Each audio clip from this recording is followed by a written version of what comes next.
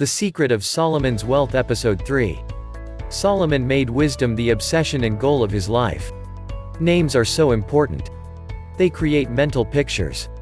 When you hear someone speak the name of Thomas Edison, you think of inventions, don't you? Certainly. The name Henry Ford reminds you of automobiles. The Wright brothers. Airplanes. When Solomon's name is spoken, people think immediately of wisdom. Why?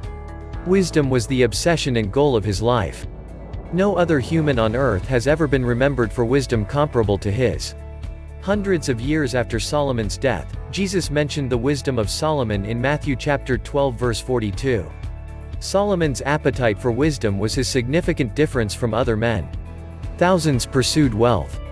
Millions craved fame. Not Solomon.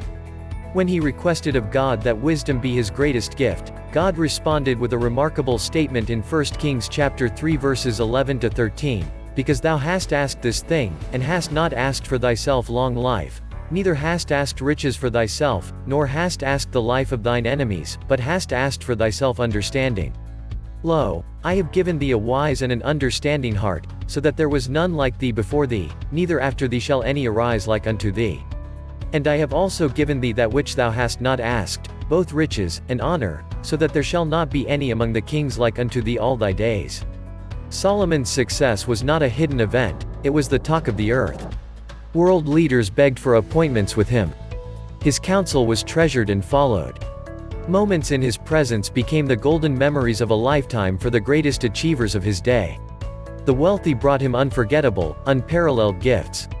Solomon sought the most important thing possible. Proverbs chapter 4 verse 7 says, "Wisdom is the principal thing." The ancient writings teach that the most important thing on earth is wisdom. Solomon discovered that wisdom produces wealth, gains friendship, and is more precious than gold and silver. Solomon was aware of his greatness and even documented the rewards of his wisdom. Listen to this remarkable review of Solomon's accomplishments taken from Ecclesiastes chapter 2 verses 4 to 9.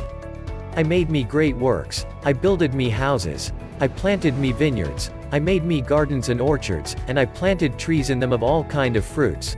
I made me pools of water, to water there with the wood that bringeth forth trees. I got me servants and maidens, and had servants born in my house. Also I had great possessions of great and small cattle above all that were in Jerusalem before me.